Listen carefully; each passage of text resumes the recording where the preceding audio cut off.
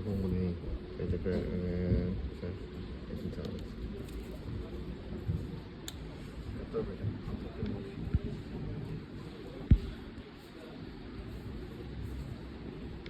핸드폰 왜 이러고 그래? 그거 왜 이러고 그래?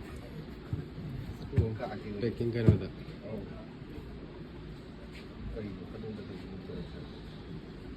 शतों पे माले वो हाँ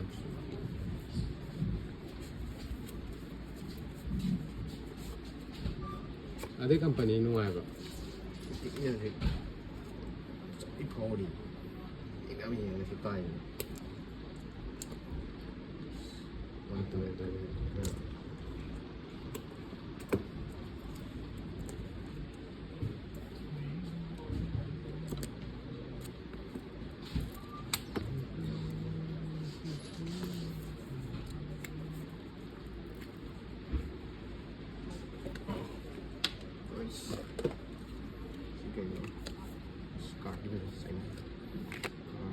ngoài cái cạnh rồi ngoài cái cạnh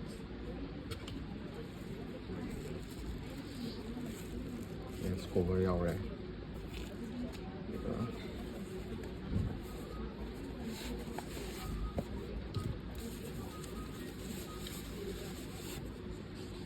xóa này một tí आप समझे ना plastic cái này vậy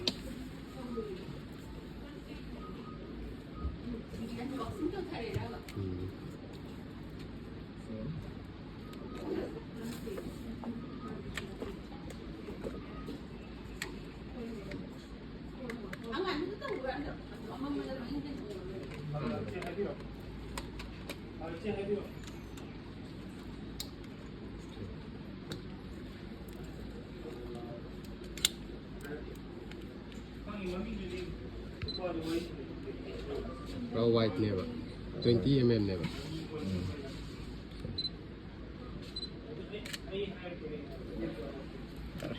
white pasal lain